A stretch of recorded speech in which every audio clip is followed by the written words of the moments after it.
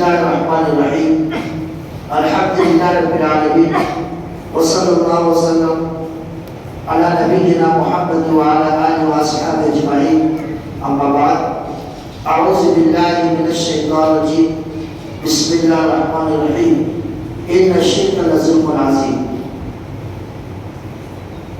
جیسا کہ آپ لوگوں نے کل سنا کل کے درس میں کہ نواقض اسلام میں سب سے پہلی چیز ہے کہ عبادت میں شرک کرنا۔ ہم لوگوں نے کل عبادت کی تعلیم سنی اور عبادت کے تقاضے کو جانا سمجھا۔ اس کی دوسری شرک کی تعلیم تھوڑا سا ہم جان جائیں تاکہ معاشرے میں جب شرک آئے تو ہم اس سے بچنے کی کوشش کریں۔ کہتے ہیں شرک کی تعلیم کئی آدمی کئی قسم کے کیے، سب اپنے اپنے مطلب کے کیے، لیکن قرآن حدیث کے اندر جو شرک کی تعلیم ماخوذ کی گئی وہ ہے عبادت کے کسی بھی قسم کو اللہ کے علاوہ کے لیے انجام دینا شرک۔ عبادت کی کوئی بھی شکل ہو، چاہے نظر نیاز ہو، زبان کا مسئلہ آ جائے، نماز روزے کا مسئلہ آ جائے، یا کسی طرح سے مدد مانگنے کی مسئلہ آ جائے، یا رزق دینے کا مسئلہ آ جائے، کسی میں بھی غیر اللہ کو شریک کرنا یہ شرک ہے۔ یہ لیکن باقی فرقوں والوں نے اپنے مطلب کی کچھ شرک کی تعریف کی ہے، آپ لوگ اس کو جان جائیں اور یاد رکھیں کہ وہ لوگ کس طرح سے شرک کی تعریف کی ہے جو سراسر قرآن حدیث کے خلاف۔ کہتے ہیں شرک صرف بتوں کی پوجا کو کہتے ہیں، کہتے ہیں کہ صرف شرک کسو کہتے ہیں کہ بت کو مورتیوں کو پوجا کرنے کا نام شرک ہے۔ یہ لوگ اپنے حساب سے اور رہی بات اولیاء صالحین یعنی نیک لوگ مزاروں کی عبادت کی تو یہ ان کی نزدیک شرک ہے، جبکہ قرآن مجید کے اندر اس میں شرک قرار دیا، بلکہ یہ ان کے نزدیک وسیلہ طلب شفاعت وغیرہ کی تعبیر سے گویا ان کے یہاں شرک کا دائرہ صرف کیا ہے بتوں کی عبادت کرنے پر ہی ہے۔ اس کے علاوہ اولیاء کو، نیک لوگوں کو، نبیوں کو مزاروں میں سجدہ کرنا اور ان کو پکارنا وہ لوگ اس کو شرک نہیں سمجھتے۔ جواب دیتے ہیں صاحب کتاب کہتے ہیں شرک کی کئی انواع اقسام، شرک کی کئی ذریعہ ہے، کئی قسم ہیں، ان میں سے ایک قسم یہ ہے کہ بتوں کی عبادت کرنا۔ ورنہ شرک کا مفہوم یہ ہے کہ اللہ کے علاوہ کسی اور کو پکارا جائے، وہ چاہے بت ہو یا بت کے علاوہ کوئی اور چیز ہو، ساری چیزیں شرک میں داخل ہیں۔ اگر وہ اللہ کو چھوڑ کر کے کسی اور کی عبادت کرتے ہیں یا کسی اور کے لیے نظر و نیاز دیتے ہیں، کسی اور سے مدد مانگتے ہیں، یہ سارے کے سارے شرک کی بات ہے۔ ایک فرقے نے شرک کی تعلیم یہ کر دی تاکہ آپ یہ اعتقاد رکھیں کہ اللہ کے ساتھ کوئی اور بھی خالق و رازق و مدبر نہیں، مدبر ہے۔ مطلب ہے کہ اگر آپ یہ کہتے ہیں کہ اللہ پیدا کرنے والا ہے، اللہ ہی روزی دینے والا ہے، اللہ ہی نظام چلاتا ہے، اور اس کے ساتھ ساتھ دوسرے بھی پیدا کرتے ہیں، دوسرے بھی نظام چلاتے ہیں، اور دوسرے بھی خالق ہے، دوسرے بھی روزی دیتے ہیں، تو شرک ہوگا۔ لیکن اگر آپ یہ نہیں مانتے کہ دوسرا روزی دیتا ہے اور دوسرا نظام چلاتا ہے، دوسرا پیدا کرتا ہے، اگر اس کو نہیں مانتے تو پھر آپ کہتے شرک ہے۔ تو یہ کہتے ہیں جبکہ قرآن مجید کے اندر بار بار ذکر کیا گیا، اور یہ بات بھی کفار مکہ بھی اور مشرکین مکہ بھی جبکہ توحید ربوبیت میں شرک نہیں کرتے تھے۔ توحید ربوبیت میں اللہ خالق ہے، اللہ مالک ہے، اللہ روزی دیتا ہے، وہ لوگ شرک اس میں نہیں کرتے تھے۔ شرک کرتے تھے کس میں؟ الوہیت میں کرتے تھے، اللہ کی عبادت میں کرتے تھے۔ تو یہ لوگ اس کو نہیں مانتے تھے۔ تو آج کے نام میں آپ مسلمان بھی اس کو کہتا ہے کہ شرک کا مطلب یہ ہے کہ اگر ہم خالق اور رازق و مدبر میں شریک مانیں گے تو شرک ہے، جبکہ قرآن حدیث کے اعتبار سے وہ دونوں تعریف غلط ہے۔ صحیح تعریف یہ ہے کہ عبادت کے کسی بھی قسم کو اللہ کے علاوہ کسی اور کے لیے انجام دینا یہ شرک ہے۔ اور اسی طرح سے عبادت کے لیے مفسرین نے اور اسی طرح سے علماء حق نے دو وجہ بتائی، دو اصول بتایا، دو شرط بتایا۔ اگر ہم اللہ کی یہاں اپنی عبادت قبول کروانا چاہتے ہیں، ہماری عبادت دو شرط ہونا چاہیے. پہلی شرط کیا ہے؟ اخلاص اللہ کی. ہر عبادت اللہ کی، جو عبادت کی جائے وہ خالص اللہ کی ہونا چاہیے، اس میں شرک کا شائبہ نہ ہو. چنانچہ وہ عمل جس میں اخلاص تو ہو مگر اس میں شرک کا شائبہ بھی ہو تو وہ مقبول ہے. اخلاص کرے اللہ کے لیے کر رہا ہے لیکن ساتھ ساتھ دوسرے کو بھی شریک کر دے رہا ہے تو عبادت کو بول دے رہا ہے.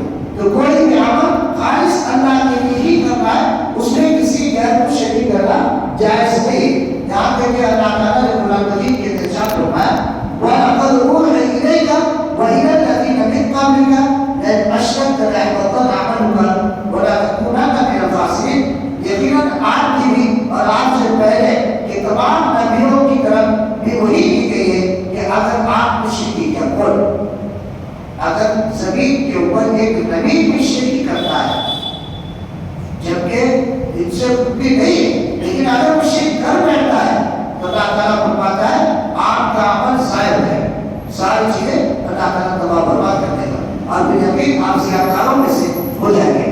تو شرک کی پہلی شرط یہ، عبادت کی قبولیت کی پہلی شرط کیا ہے؟ اخلاص. بیچ بیچ میں آپ لوگ میرا بولا کہ اخلاص پہلی شرط کیا ہے؟ اخلاص، یعنی صرف اور صرف اللہ کے لیے ہر قسم کی شرک سے دور رہ کر کے صرف اللہ. دوسری شرط کیا ہے؟ عبادت کو اللہ کے قابل قبول کرانے کے لیے مطابق رسول، اللہ کے نبی صلی اللہ علیہ وسلم کے طریقے کے مطابق. ہم سارے چیزیں اللہ کے لیے کر رہے ہیں لیکن ہمارا طریقہ محمد صلی اللہ علیہ وسلم کے مطابق ہونا چاہیے. اگر محمد صلی اللہ علیہ وسلم کے مطابق ہمارا طریقہ نہیں ہے تو پھر اللہ کی آئے یہ عبادت بھی قابل قبول نہیں. اور اگر محمد صلی اللہ علیہ وسلم کے طریقے کے مطابق ہماری عبادت ہے اور وہ عبادت اللہ کے ساتھ ساتھ کسی اور کے ہم کرتے ہیں تو وہ بھی قابل قبول نہیں. تو ہماری عبادت یہ دونوں کے اندر یہ دونوں شرط ہونا چاہیے. ایک اخلاص ہونا چاہیے، دوسری شرط کیا ہے؟ اللہ کے نبی صلی اللہ علیہ وسلم کے طریقے کے مطابق ہونا چاہیے. اب ایک سوال پیدا ہوتا ہے کہ شرک، تو شرک کی پہچان ہم کیسے کریں؟ کس طرح سے ہم اس شرک کو پہچان سکتے ہیں؟ معاشرے کے کہتے ہیں جس کسی نے عبادت کے کسی بھی قسم کو، عبادت کی کوئی بھی شکل ہو، نماز ہو، روزہ ہو، حج ہو، زکات ہو اور نذر نیاز ہو، صبا ہو، صدقہ خیرات ہو، قربانی ہو، جو بھی عبادت کی کوئی بھی شکل، دعا ہے، مدد مانگنا ہے، عبادت کی کوئی بھی شکل ہو، کسی غیر کے لیے اگر ہم اس کو پھیر دیتے ہیں تو سمجھ لینا چاہیے وہ آدمی مشرک ہے اور یہ کام شرک. یہ شرک کی پہچان ہے. اور شرک کی دو قسم کو علماء کرام نے بیان کیا ہے. پہلے شرک اکبر اور دوسرا ہے شرک اصغر. شرک اکبر کا نقصان کیا ہے؟ شرک اکبر کہتے ہیں کس کو ہے؟ شرک اکبر کہتے ہیں عبادت کی کسی بھی قسم کو غیر اللہ کے لیے انجام دینا شرک اکبر کہلاتا ہے. جیسا کہ اوپر گزرا ہے، عبادت کی کسی بھی قسم کو غیر اللہ کے لیے انجام دینا، سجدہ ہم غیر اللہ کر کرتے ہیں، نماز غیر اللہ کے لیے پڑھتے ہیں، صلاۃ غیر اللہ کے لیے کرتے ہیں، قرآن کی تلاوت غیر اللہ کے لیے کرتے ہیں، نذر نیاز غیر اللہ کے لیے کرتے ہیں، تو یہ شرک اکبر ہے اور یہ سب سے بڑا گناہ ہے. شرک اکبر کا مرتکب کا چند نقصان، اگر کوئی آدمی شرک اکبر کرتا ہے تو اس کے چند نقصانات ہیں جو اس کو بھگتنا پڑے گا. پہلا نقصان کیا ہے؟ شرک کا ارتکاب انسان کو کافر و مشرک بنا دیتا ہے. شرک کرنے والا مشرک ہے. دوسرا، مشرک پر اللہ نے جنت کو حرام کر دیا، جنت کو حرام کر دیا. ان من یشرک باللہ فقد حرم علی الجنہ ومأواہ النار وما للظالمین من انصار. تیسرا نقصان کیا ہے؟ اللہ تعالیٰ نے مشرک کو مغفرت سے محروم کر دیا. مشرک کو معاف ہی نہیں. اگر وہ شرک کرتے ہوئے مر جائے تو اللہ تعالیٰ اس کو نہیں بخشتا ہے. ان اللہ لا یغفر ان یشرک بہ ویغفر ما دون ذلک لمن یشاء ومن یشرک باللہ فقد ضل ضلالا بعیدا. اور چوتھا نقصان کیا ہے؟ شرک اکبر کا مرتکب کے تمام نیک اعمال کو ضائع و برباد کر دیتا ہے. شرک اکبر تمام نیک عمل کو، چاہے اس پہلے کیا ہو یا بعد میں کیا ہو، اب بھی کرتا ہو، تو شرک کرنے والے کے تمام عمل کو اللہ تعالیٰ ختم کر دیتا ہے اور اللہ تعالیٰ اس کے عمل کو تباہ برباد کر دیتا ہے. پانچواں نقصان کیا ہے؟ شرک مشرک کے جان و مال مسلمان کو دوسرے مسلمان کا قتل کرنا اسلام کے اندر حرام ہے. اسلام کے اندر حرام ہے کہ وہ قتل نہیں کر سکتا ہے سوائے چند وجوہات کی بنا پر. یعنی مقتول کے وارثین کو اس بات کا حق ہے کہ قاتل کو قصاص کے طور پر وہ قتل کرے.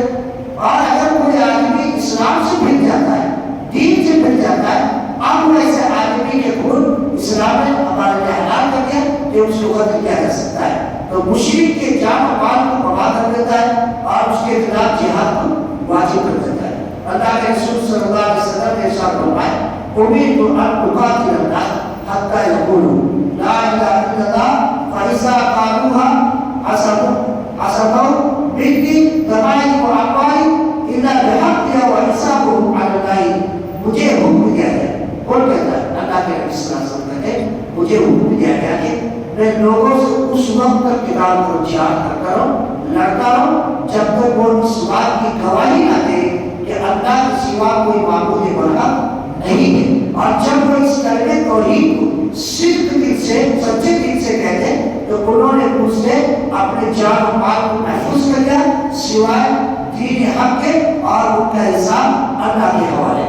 تو اس طرح سے اگر کوئی آدمی مشرک بن جاتا ہے تو اسلام نے اس کے خون کو حلال کر دیا اور اس کو قتل کرنے کو جائز کرا دیا کہ اس کو قتل کیا جائے. تو اس طرح سے اللہ کے نبی صلی اللہ علیہ وسلم نے کہا کہ اس آدمی سے میں قتال کروں گا جو آدمی جب تک کلمہ شہادت کا اقرار نہ کر لیتا ہے میں اس وقت تک اس سے قتال کروں گا. یاد رہے کہ شرک اکبر کی بہت ساری مانیت ہیں.